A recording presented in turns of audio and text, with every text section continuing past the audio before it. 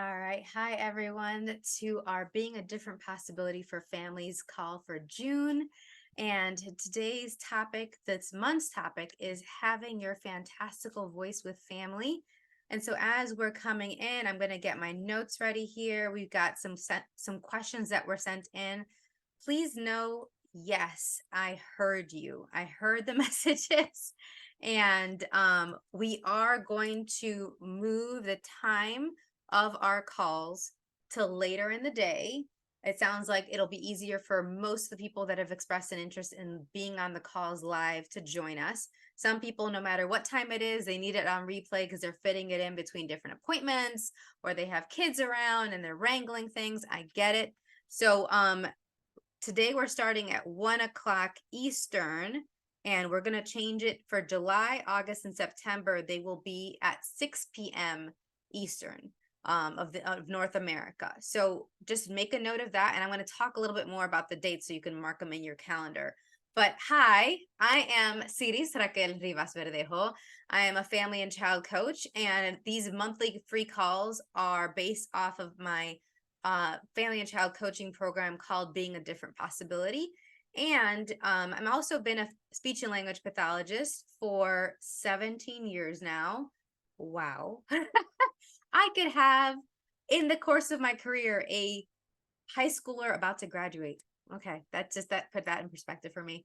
I just got a really beautiful photo sent to me from one of my parents for a kiddo who I used to see when they were in kindergarten and in first grade and second grade, and they just graduated with honors from high school. So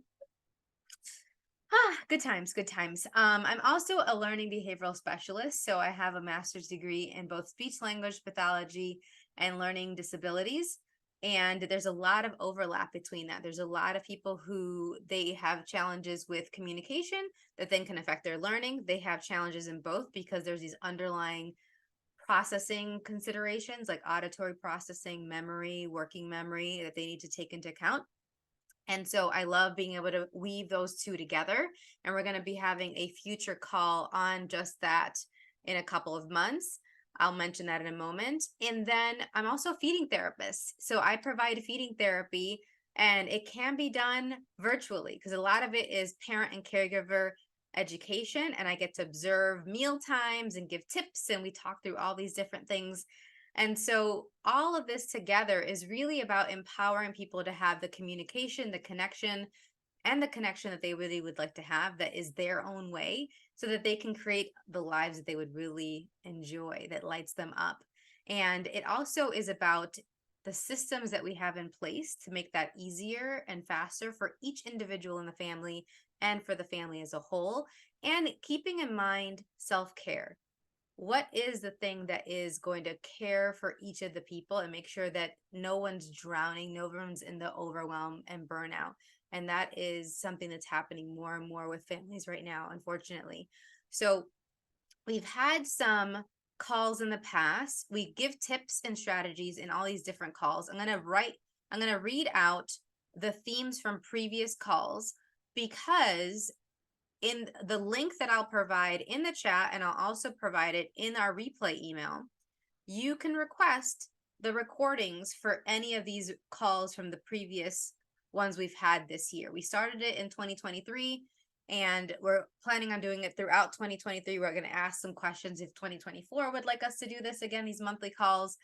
I really appreciate y'all's feedback. If you've been enjoying these calls, please let me know. Because if no one says anything, I'm like, all right, I guess we don't need to do this. It's not really being received. It's not really something that's being asked for. So far, I've been getting some questions from y'all. Thank you, and some feedback about some of those particular calls that we've done that was really resonated for you and supported you in your journey with communication and with your family. In January, we had self-care with families. February was love languages for your family. March was organization, clearing, and making space for the new. April was planting seeds for communication success. You definitely want to connect with that one since we're talking about communication in a different way with Phantastical Voice today. And May, thriving with your family. Are you living or dying with your family?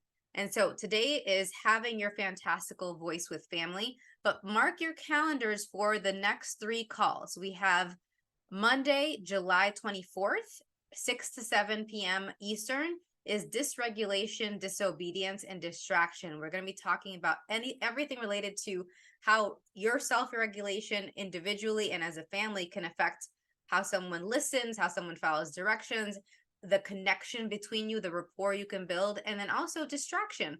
That's becoming relevant for everybody, no matter what age they are, that between phones and screens to chaotic schedules, you name it, there's so much going on. So we're going to get into that. And then August 21st, 6 to 7 p.m. Eastern, North America, is the call on there is no one size fits all.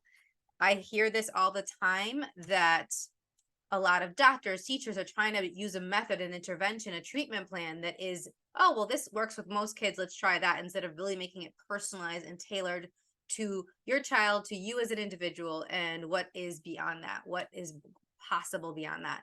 And then September 25th, these are all Mondays, 6 to 7 p.m. Eastern, we're going to be talking about learning through movement. So for those of you who love movement, who get that you learn better with movement, or that you're wondering if you would learn better if movement was included, these kinesthetics, if it would help you integrate information more effectively, if it helps you calm yourself, heal, reset, all of those things. We're going to talk about that in September. So a great one as well for after we've gotten a little bit into the beginning of the school year for many of our families. There is often times where we need to consider all these topics: dysregulation, distraction. Okay, I was somebody trying to put my child or me in a box. There is no one size fits all. And then, okay, how can movement ease all of these transitions and all of this new information coming in, these new people coming in? Okay, so if you have any questions about any of those topics, let me know. You can email me at empoweringlightlanguage@gmail.com. Take a moment, and if the topic of having your fantastical voice with family is something that somebody you know would benefit from hearing more about and getting support with, forward them the Google link, the Google form that they can complete to receive the replay of this discussion. Okay.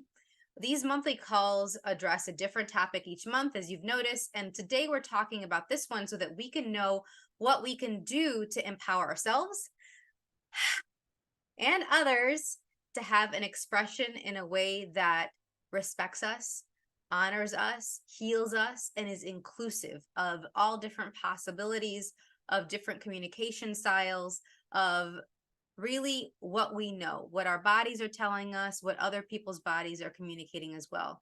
So by the end of the call today, you will be more familiar with the patterns to look out for, the pitfalls to avoid, and the actions you can take to have your fantastical voice. And we will go over communication styles. We will go over some of those most common patterns in families. It's not all the patterns. We don't have time for all of the patterns, but we're going to get to the most common ones today. And since the fantastical voice is in the title and it's with a PH intentionally, some of you, it may be new for us to talk about the fantastical.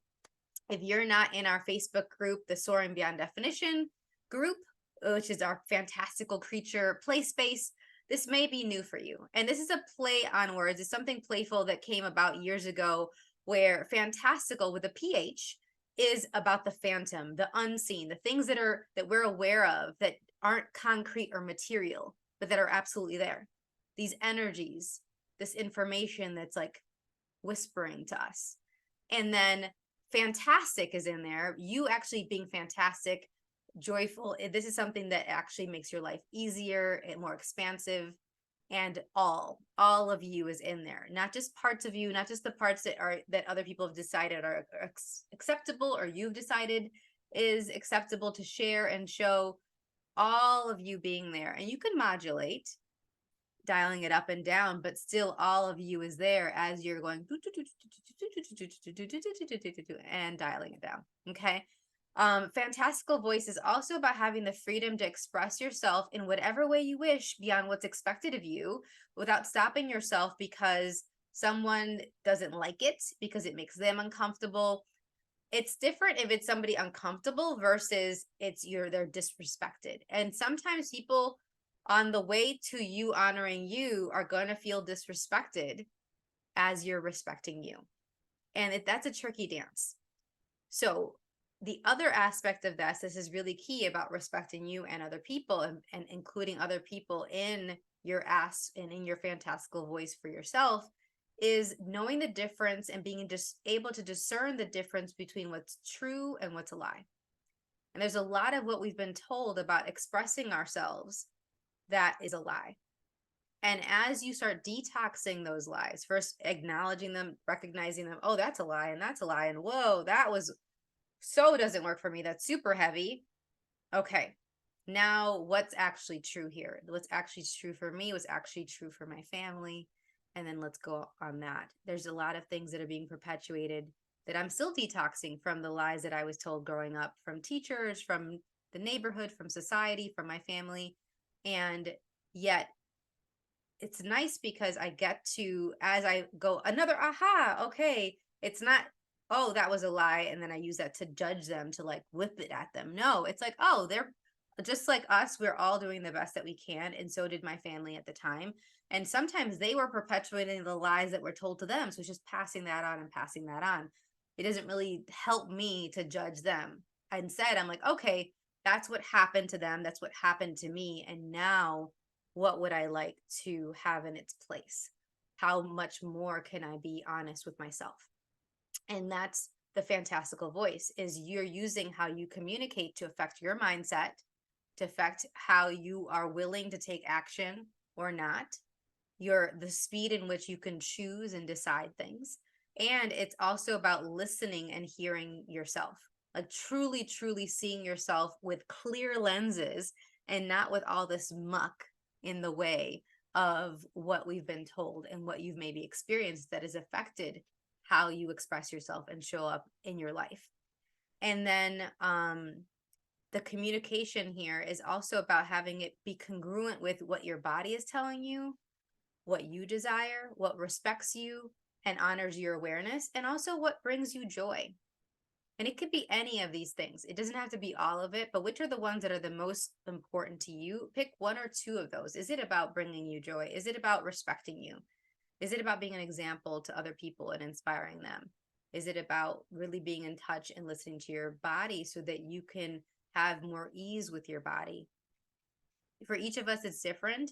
I like all of those, but I had to kind of stack them upon each other and really be conscientious in how I was working with each of them so that I could have all of them. It wasn't all of them, go. I really had to dedicate a lot of time and work to make sure that all of them were getting nurtured. And then as something else happens, I might have to revisit these again and again, and that's okay too. It's just going to be a little bit different the second time around, and faster and easier. You may have checked out our podcast episode. My podcast is Choosing a Different Future. There are a lot of episodes on there that also talk about families and children. And there is a Having Our Fantastical Voice episode on there from last year, July 2022. So check that out. So let's get started in here. Let's talk about some of these patterns. Let's talk about some of our experiences. So what experiences have you had with having your voice with family, or with not having your voice with family? Given some of the messages that were sent in, I had some people that have experienced abuse with family, that literally they had to be seen but not heard. They could not talk. They would really only talk to kids and away from adults. There was a certain level of volume that was acceptable. I'm looking at some of my notes here. Again, thank you for sending this in. Okay. If there's anybody that wants to chime in the chat, please do. Some other people are saying that let's see. Okay. So yeah, that they could actually speak up a lot. They were participating in family meetings. They could let people know, and the family, their parents, what they thought, what they wanted. They got to do a lot of their activities that they wanted to do, the extracurricular activities, I'm guessing, like sports and hobbies. Excellent. So it's, for a lot of us, it's a mix. A lot of us, it's maybe there's certain aspects in which we could really be ourselves and express ourselves effectively. And for others, it was really challenging. Okay, the person that was saying that they actually was able to express themselves really well, and they could ask for the things that they wanted. They didn't always get it, but they could ask for it. And the parents oftentimes said yes, and was really trying to get them to have a lot of different experiences. Where they struggle is with arguments and conflicts. Okay, tell us more about that. How did what happened with you with your family affect that?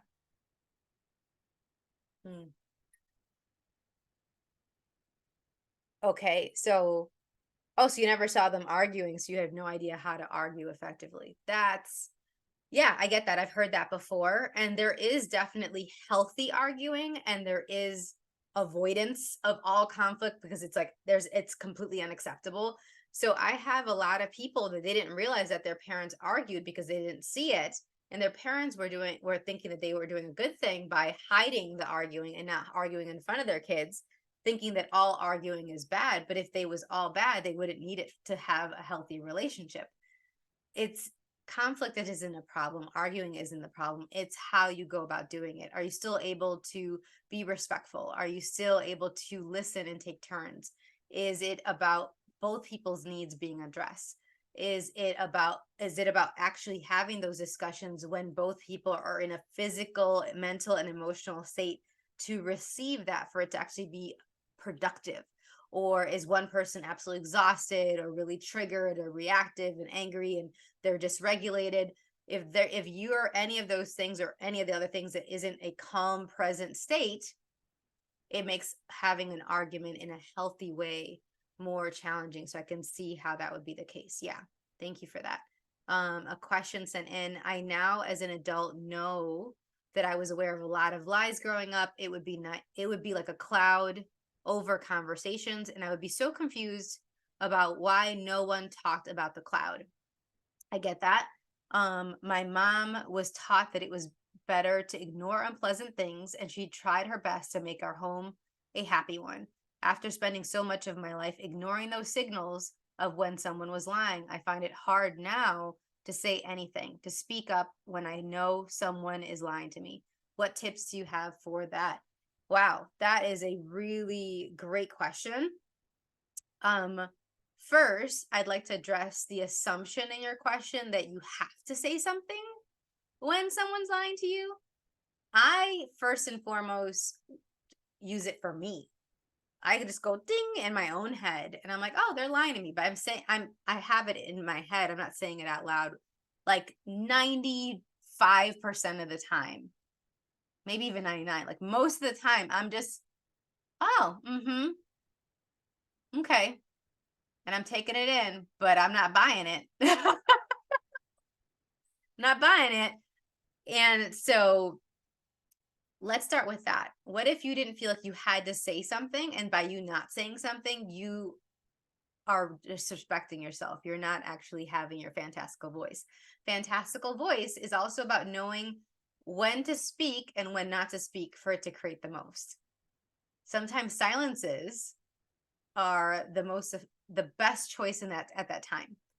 Now, that doesn't mean you're going to perpetually be quiet. It's like, oh, maybe we'll talk about this later, or maybe I'll just take this into account when I'm making decisions about what type of relationship I'm going to have with this person, how I interact with them in the future, those types of things. So that's the first thing I would start with, is for you to know you don't have to actually say anything to still have your fantastical voice and still feel like you are expressing yourself. Expression is multiples. There's multiple facets to expression. There's the verbal, there's the nonverbal, there's your clothing and your posture and how you gesture. There's the energy that you be in the world, the vibration that you are, and what people are picking up on. How do they feel when they're around you? One of my really good friends, I was just talking with her the other day, and she was saying that she's really introverted, but that she knows that people feel calmer and more relaxed around her. She doesn't have to say a lot for you to just be at ease around her. That is a beautiful gift, and that is part of her having her fantastical voice. Now, when she judges herself for not being more social, being more extroverted, having all these different people in her life in and out all the time that she's seeing on social media with other people, that's when she actually doesn't get to have her fantastical voice, because she's eroding it with the judgment. Okay, she's actually destroying it with the judgment, because there is a beauty there that is trying to shine through, that is her, that is each of us, that when we judge how we show up, how our expression is, we don't actually get to truly have it and be it and use it to our advantage. Use it for our benefit and to benefit those around us. It's so interesting. I have a really good guy friend who is a man of very few words. And yet when he talks, there's a timbre to his voice that I just love. And on top of that, it is one of those voices, in one of those ways of expressing himself, that it gets attention. Everyone quiets down. They want to hear, they lean in to what he has to say. And so he doesn't have to talk a lot, but when he does, it's thoughtful. It's often super helpful to the situation. It gives you an insight. And there's a piece to it that it provides that I really, really appreciate. So anywhere that we're thinking that having your fantastical voice means talking a lot and talking over people and it's like, I love talking, and that's what I do as a business, right? A big part of my business is talking with people. And yet I love my quiet time in nature. I love my quiet time reading a book. I love my quiet time with my tea, with my willow dog, cuddling up. Those are all yummy, and also part of me having a fantastical voice. So I'm very choosy about who I do decide to talk to, both with the clients I work with. I don't just take on anybody, and with the people I choose to interact with in my personal time. So having your fantastical voice is also knowing that you get to choose, that you have total choice as to when and how you use your voice. All right. So how are you allowed to express yourself?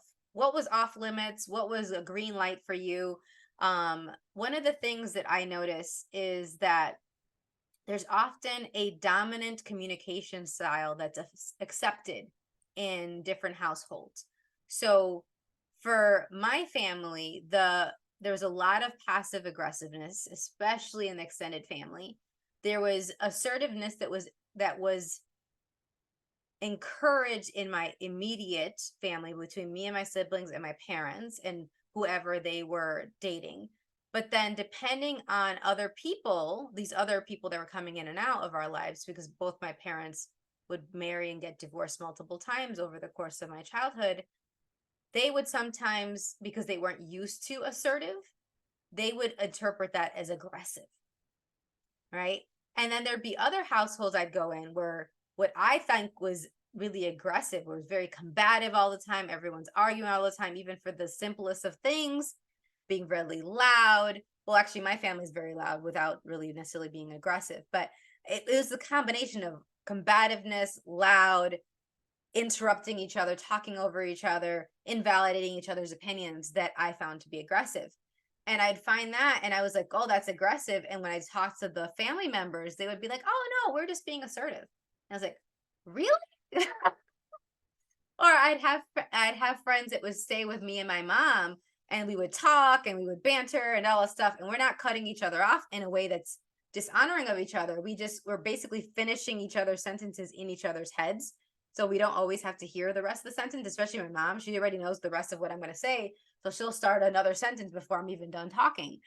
And people would be visiting us, and they would find it to be so triggering. And actually, some people were quite triggered, or they'd be so confused. They'd be like, how do you keep track? Like, how is this all happening all at once? And for us, it'd be like this fun little dance. It was natural to us. So one of the things that is important to keep in mind is to not make any assumptions with the people that you're interacting with, including those in your family, about what they deem passive, passive-aggressive, aggressive, or assertive. And so we're going to talk about those 4 styles, and we're going to also talk about some other styles that you might not have heard of. Okay. All right, cool. So we're going to get into this. I see the comment. Let's actually, yeah. Okay. I'm going to come back to you on that. Okay. So passive. So someone who is passive usually doesn't really have a voice at all. They just take on other people's opinions. What they're going to do is what they decide to do. They are looking for approval. They're looking for permission before they do things. They don't really have a sense of autonomy and independence. And then someone that's passive aggressive is someone that has an opinion, has thoughts, has desires, but then doesn't feel that they can or that they should voice them in a direct way. So my grandmother was amazing at this because that was the generation that she was raised in. Especially, she would, if she was interacting with somebody that was like a doctor, someone that's professional, or someone that's more educated than her, she would often go into a passive aggressive stance. And then also when she was looking to be taken care of by a family member, she wouldn't directly ask and be assertive. She would say, "Oh gosh, but it's so cold. Oh gosh, it's so cold." Instead of being like, "Can I have some tea? Can you turn up the temperature?" She would go into this whole theatrics instead of just saying, "May I have a blanket?" Right? Or she would be like, "Oh my gosh. Oh, we definitely need to think about food soon. Oh, because, it's really important for all of us to eat." And it's like, "Well, I already ate, abuela. I'm fine." And she's like, "Oh, no, we need to make sure that we're planning for food." And I was like, "Are you hungry?" And then she's like, "Well, now that you mention it, I could eat. I could eat." It was like, it's okay. You could have just said, "Hey, what's there to eat? I'm hungry." But that's how she was raised. And then it took the last, gosh, 20, 30 years of her life. She passed before she reached 95, that she finally started saying, "Oh, hey, could you put lotion on my back? Oh, hey, would you mind getting me a blanket? I'm cold. Okay." And it was just so nice because I think she finally got to a point where she's like, "I don't need to play these games. I'm tired. I'm done with this. It's already a lot that I'm even needing to do this, and I can't do this myself." Because she really valued her independence and she was really frustrated when she couldn't do all those things as easily for herself. So before she could psych herself out of it, she'd be like, "Hey, could you do this for me? I don't want to bother you." But so she would still do it sweetly and almost ready to be rejected or for someone to be like, "Oh, I'm too busy," or "I'm too tired." But that was her version of assertive, which is definitely different than my version of assertive. But I saw her journey. I could see that she went from, in some places in her life, in some areas of her life, she was very, very passive, like when she was dealing with her husband, who passed away in 2000. And then she went into passive aggressiveness, except for when she was at work. She was leading a team in the State Department and was doing accounting. So she was assertive and professionally, but then with family, it was a mix. Okay. So for you, with your family, what was the dominant communication style? What were the ones that you noticed the most? And would other people agree with what you call it? Would other people say, "Oh yeah, that was your family is very assertive"? Like my family being very social and inclusive and like, "Oh, come on in, let's have dinner. Yeah, you can sit here. Do you want some tea?" Like we love hosting people.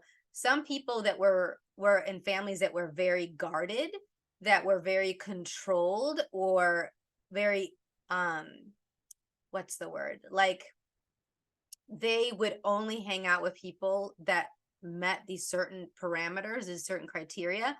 So they weren't as inclusive as our family was. So that was such a jolt to them when they would visit us that it felt aggressive to their reality. It wasn't necessarily aggressive in how we spoke to them. It was so counter to their experiences. It would make them very, very uncomfortable until they weren't, because we're also pretty good at making people feel comfortable in our homes. So I love that about my family. And all of us do that, my siblings included. So, okay, I see a question here. I grew up in a female dominated family. Calling it matriarchal would be putting it mildly. Okay. I love my family. I love women. I also would like to feel like a man in my relationships without feeling like I have to concede to the women in my life and without being a bully or a tyrant. I get that. Here, let me take a sip of tea here. I'm reading on. I think I took the messages I got from the women in my family that men don't listen, they can't be counted on, and are worthless too far. I listen to my girlfriends and cater to their needs, but I have a hard time asking for my needs to be met. It's a struggle to even know what I want, honestly. I've been putting it aside for so long. Please help. First, hug. Sending you a hug. I grew up in a matriarchal family as well. A lot of Latin families, a lot of Black families are matriarchal.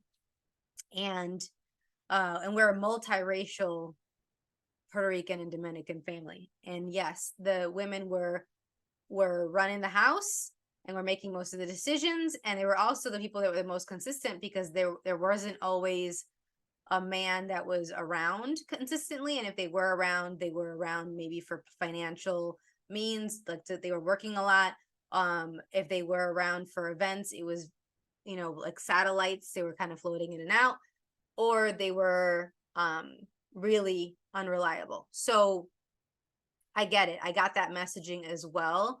And that's where actually looking at, okay, what's true for you and what's not true for you is going to be really important.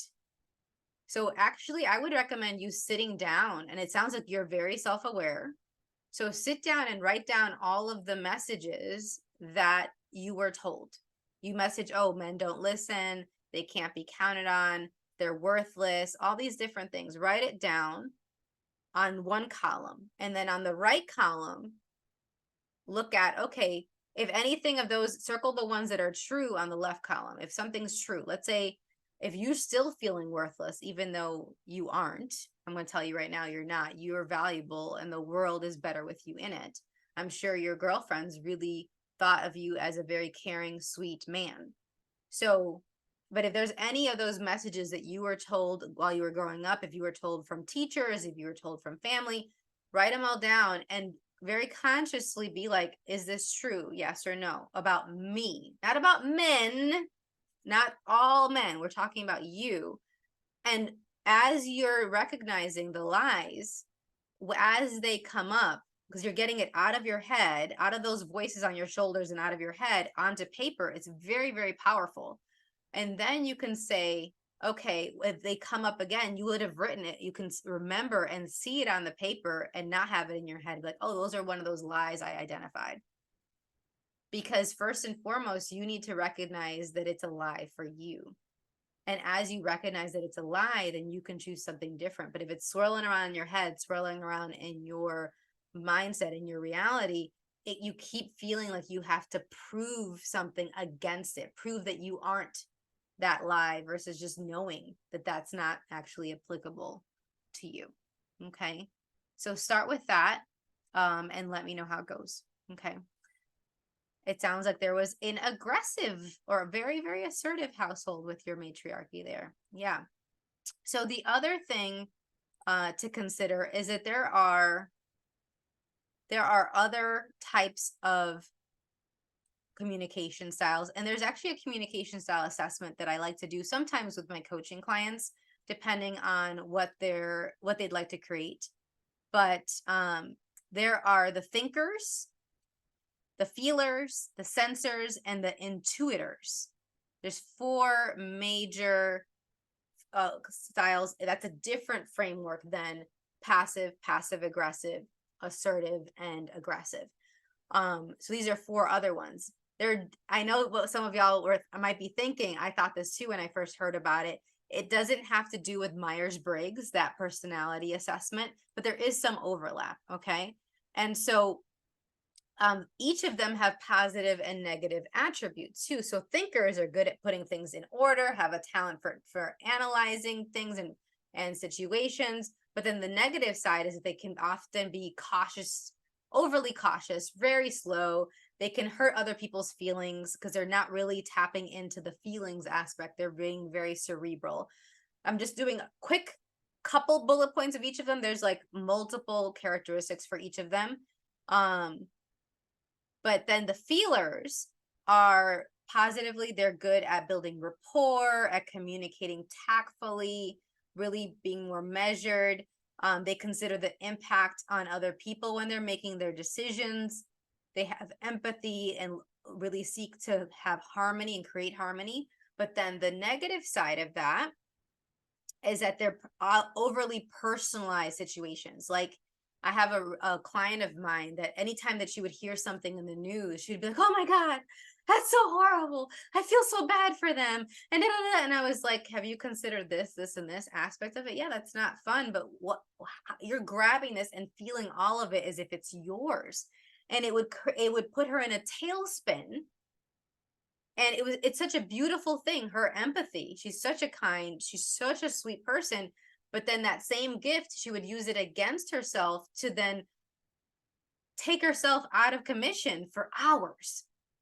She couldn't get back after listening to the news or hearing something from a friend and having a conversation with them that wasn't all positive and inspiring. And most conversations aren't all positive, and it's okay. Like we're all nuanced, complex beings. So that's the other side of a feeler. They also often lack planning and can be very disorganized. Okay. How many of you are feelers? How many of you are thinkers? If you're a feeler, go ahead and put a number 2, because that's the second one I put down in the chat. All right. And if you're a thinker, put a number 1 in the chat. All right. Got a bit about even mix there so far. Okay. Okay. All right. Let's check out these other ones. So then the third one, if this resonates with you, and you can have different aspects of each of them. Remember, I'm not actually going deep into all of them. So we could even do a whole other call just on this, because a lot of people are more familiar now with passive, aggressive, assertive, and aggressive, but not about this framework. So sensors is the third one. Sensors, the positive aspects of them. They're resourceful, they're determined, they're very practical. They have a talent for getting things done. They make decisions quickly based on facts and past experiences, both. They like to get to the bottom line, cut to the chase, and they enjoy the present moment. The negative aspects of sensors is that they can be really competitive. They can be impulsive, a bit impatient because they want to get down to the nitty gritty. What? Just tell me, just land the plane. Tell me what you needed me to do. Tell me what's the point? That's the sensors, okay? And under stress, they may alienate others. All right, I can think of multiple people in my life right now that's them. Like my brother, like my boyfriend. Yeah, a lot of that. And then my mom's a feeler. So there's that. It's got a household of all of them. Yeah. My dad is used to be more of a thinker. I think he's becoming more of a feeler now. Yeah, and then let's look at this. Now, feelers are different than, oh, and if you resonate with sensors, go ahead and put a 3 in the chat. Okay. And the fourth one, intuitors. Intuitors, the positive aspects of them, they're visionaries. They seem to look at the future. So remember, the sensors are about the present. The intuitors are intuiting, perceiving the future. So they are looking at long term. They are planners that look at the long view of things. They love to learn new skills. They have great imaginations. They focus on how things can be improved. Now, the negative side is that they can be a bit scattered, and they're long on vision, but short on action sometimes. So they're constantly thinking about the long view, the implications, but then they don't actually do now in the present what is required to create that long-term target, that long-term goal.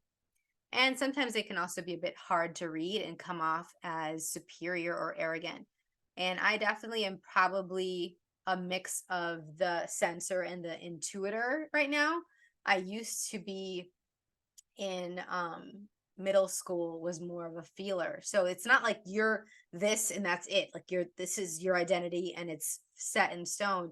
Your experiences, the events that have happened over the course of your life, be it trauma, accomplishments, where you've excelled, that shifts things. Trainings, workshops, healing sessions, all of these things, that shifts how you communicate. And for sometimes it's not that one's better than the other. It's given the situation, given who you're talking to, you might need to be more a sensor that is assertive. Or you maybe need to be more of a feeler that is more passive. I'm just going to be here for you and empathize and listen. I'm going to just take it in.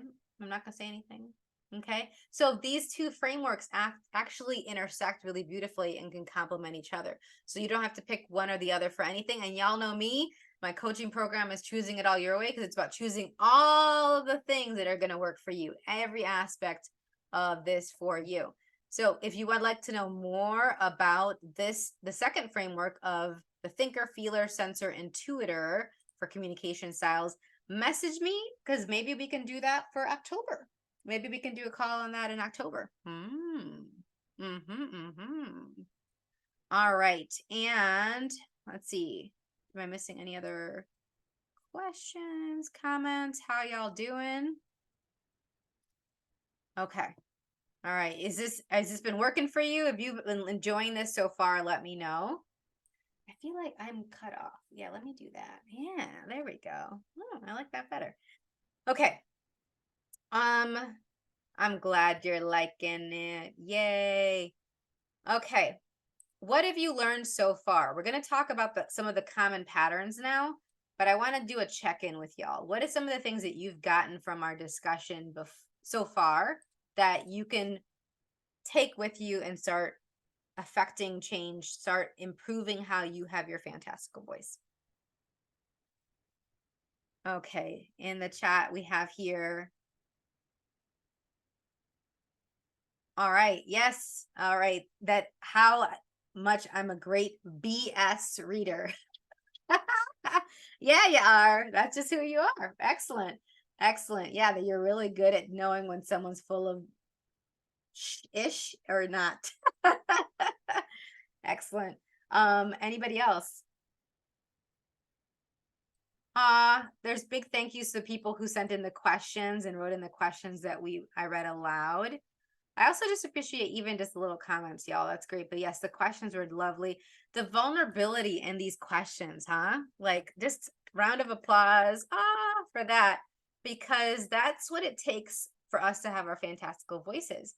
We need to be vulnerable with ourselves, and it makes it easier for us to receive from others, because we're so vulnerable for ourselves. We're going to know what's really true for us. We're going to be willing to be like, clean out the glasses. I see myself. I know who I really am. So when someone tells you something about yourself and you're like, I'm not so sure about that, I don't think that's true for me. And I've gotten a lot of practice with people saying, oh, but Siris, you're this, this, and this. I was like, am I? And maybe in this particular situation, on this day, at this setting, with what's going on, sure. Now, am I that all the time? Not so sure about that. Okay. All right. Any other comments? The discussion about matriarchal families actually helped you figure out about your patriarchal family, how all the men got to do more of the talking and the decision making in your family. And then with the gentleman that had the question about his matriarchal family, that actually contributed to you. Excellent. Because it's not about matriarchy or patriarchy or one being better or the other. That's what I think is unfortunate about some of the discussions right now around gender, is that they, as people are often trying to get autonomy and recognition and being truly accepted, there isn't a discussion of, there is often a like separation from what used to be, like, oh well, that all of that is wrong. Maybe some aspects of that need tweaking, but not all of it is wrong. And that's that can be really interesting conversation for another time as well. I feel like it's Pride Month and I'm tempted to go there, but we got quite a bit to cover. If you guys have a specific question around that, I'm willing to go there, but I'm gonna let it lie right now. Okay. Another aspect here, let me look. Okay, let me get back to my notes, y'all. I gotta rein myself in because I can talk. Y'all know I can talk. Okay, so some of the patterns. What are some of the most common patterns around communication in family? So see, as I read these, which, if any, were relevant to you and your family in the past, or to the family you have now. If any of these are relevant, go ahead and say yes in the chat. Type yes in the chat. So we already spoke about one of the patterns, gendered empowerment. Gendered empowerment, where some genders get to speak more freely than others. All right. So that speaks to what we were talking about before about, okay, the men got to speak more and got to voice their opinions, and the women just had to go along with it for patriarchal families. For matriarchal, like the gentleman that sent in the question, it was the women got to speak up, and not to just speak up and have opinions, but then they were belittling and reprimanding and putting down men. So if these systems didn't think that the other genders were inferior, there wouldn't be a problem. It's the fact that they would then add the superiority complex to it that is what makes it disempowering instead of empowering. So gendered empowerment is one of them. Yes, there's a question in the chat. Okay, yes, there are that related to age as well. Yeah, absolutely. Where the elders, be it men or women, you had to do what they said. You had to listen to them, even if they were being disrespectful, even if they had very limited points of views, for sure. There's a lot of history in human history, lots of examples of that, where elders were very valued to the point that some new ideas, innovation, things that were going to shake up traditions and rituals would be very much resisted. Is that relevant to your family? So was there gendered empowerment? Was there age-based communication?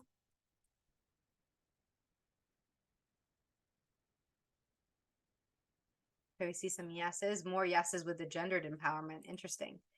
Okay. Then there's the location or activity-based freedom. So examples of that, when in certain spaces or places, you could speak more freely than in other spaces and places. So for some people, they could speak really freely in their home privately, but in public, they wouldn't. I remember I had a mentor in high school, a Latino man. He was Mexican American, and he was raised by a mom that was a part of the time of the United States history where they were taking over the South and with missionaries, and then they would force the Mexican kids in these schools, and they wouldn't let them speak Spanish in school. And anytime they did, even if it was between their peers, they were beat, they were whooped. And so that mom then passed on to her son, when you're out in public, you cannot speak Spanish, even if it was with another person who was totally willing to speak Spanish, even after all this time has passed. And he's seen as an educator that that's not the policy of the school that we were in. He refused to speak Spanish with me. And it was a bit disheartening for me because I was really trying to connect with him and practice my Spanish in a school that was very English dominant, and I was away from home, and I looked to him as a mentor, and he did mentor me. He was a very good mentor. But in that way, I felt like he had been done a disservice that then didn't allow him to be there for me in that way. If he didn't get that, he can't give that. It's very hard for those that didn't receive something like that to be able to give it without a lot of work. Another example of location-based freedom is in groups versus diverse settings. So if some people only feel comfortable talking when everybody's the same gender or when everybody's the same race, and then as soon as you have more diverse groupings or settings in place, a different meeting where there's a bunch of different people, then all of a sudden you don't feel as comfortable talking. Another one, yeah, the gender, yeah, like that's still about location and space. Yeah.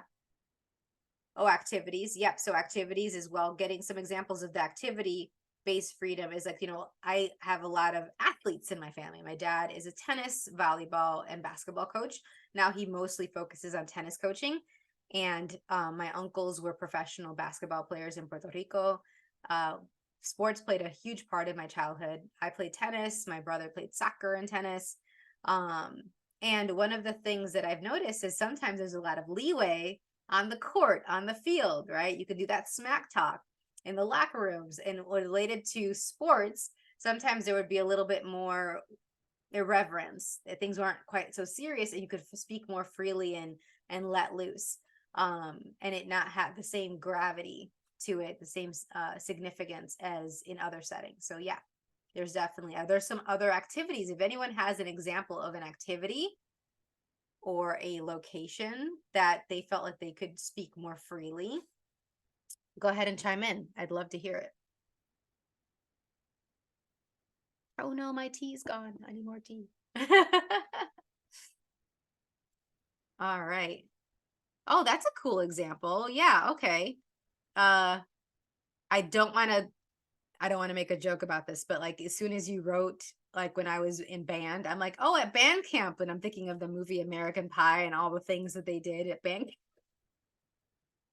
Lots of freedom, not just with your voice, sometimes with other things. Okay. That wasn't your band camp. Oh, okay. Okay. But yes, yeah, camping, being outdoors.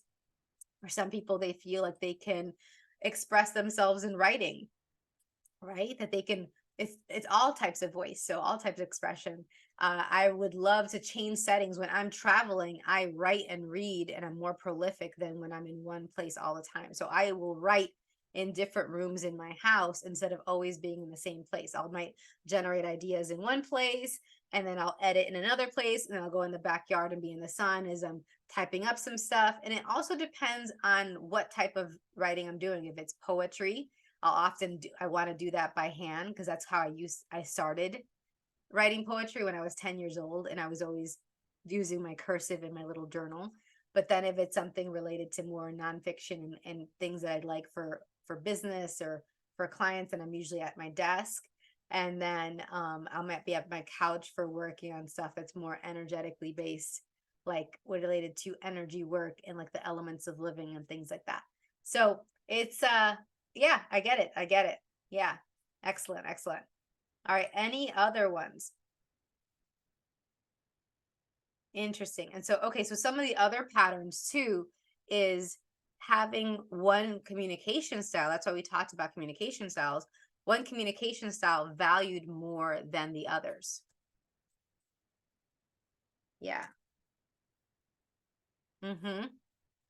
So, given that, if you are sent the message that this is the communication style that is more valued for your gender or for your age or for your race, and so you intertwine it, it's not just about communication, you've intertwined it with all these identities, all these other armors.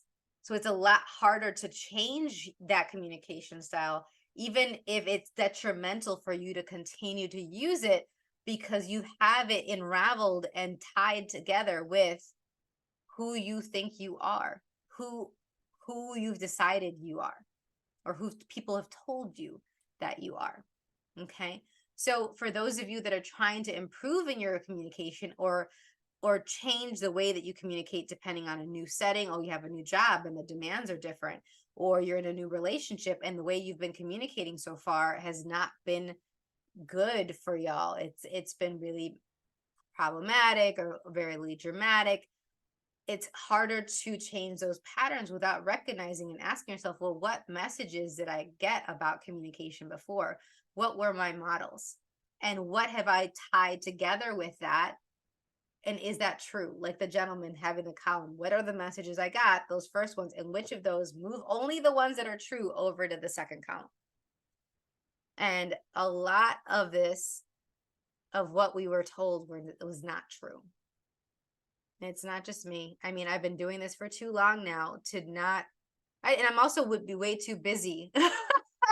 I wouldn't be so busy doing the work that I do if there wasn't so much lies embedded in what's in communication, and us having a voice, in expression, all different type of expression first, and also sexual expression is a whole other bag. I think I did a call a couple years back now. I think it was like, what's your sexual expression? And that was really interesting. Thank you for that comment in the chat. That was really interesting, because yeah, sexual expression is one of those things. It's like, okay, topic based communication, that's another one. Some topics are totally totally, you can talk about it for days and days, and some of them are off limits. Like, for instance, and that's also culturally influenced. So let me rewind. I was talking about I saw the comment and I went to the topics, but I lost it. It'll come back later, or somebody else remind me at some point. But yeah, so the topic base. So there's for some families, there's certain topics that you can talk about, and some that are completely off limits. And they're influenced by culture, because for instance, in France, it's not okay for you to have just met and asked somebody, what do you do for work? But in the US, it's absolutely what you ask first. In France, they think that's too personal. It's none of your business yet. We're not there yet. In America, that's not personal. What's personal is your family, your money, all those different things. So in France, they want to talk about art and culture and literature and movies and these things and your opinions about that. And in America, they want to talk about, like, okay, who lives with you, and are you married? Are you single? What do you do for work? They're coming at it in different ways. It's not one that's better or worse, but it's something to keep in mind, because you may unintentionally offend. And then there's some families that they don't ever talk about money. Especially, I find that a lot of families that are very wealthy don't talk about the money. That's for other people to talk about, for us to talk about with accountants, for them to talk about with our investors, but we don't talk about it as a family. So then sometimes the kids don't really know, they don't really have a lot of literacy around wealth and money, because it's never been discussed, even though they're obviously affluent. But then can they maintain that when they're older if they don't have that education and information? Okay, they might muddle around. So what were the topics that were off limits in your family? And what were the topics that were totally green light? It can affect things, right? And how does that then show up now in your communication? Are there certain things that you find it hard to discuss because they was not allowed to be discussed in your family? Like for my mom, there were a lot of things that weren't allowed to be discussed in her childhood, that she made a point. She identified them and said, this was really problematic, that I was totally at a loss about this. I'm going to make a point to talk about this, as uncomfortable as it is for me initially, and it was for her initially. Lots of practice. 3 kids later, decades later, I'm in my 40s now. She's gotten a lot of practice having these conversations, and now we can basically talk about anything, anytime, anywhere, which makes some people very uncomfortable, and which is amusing for us. All right. Speaking of, I know that some of y'all were going to chime in and join us on the June 30th Limitless Azúcar #4 episode of the Choosing a Different Future show, but that's going to be rescheduled because we had yet another family death. So my mom, Sulma, is going to do that talk instead. We rescheduled it for August 4th, I want to say. Yes, August 4th. But check out the first 3 episodes. The first 2 were about when worlds collide. And then #3 was the first part of raising children with unique needs. So I'll include that also. Let me make a note.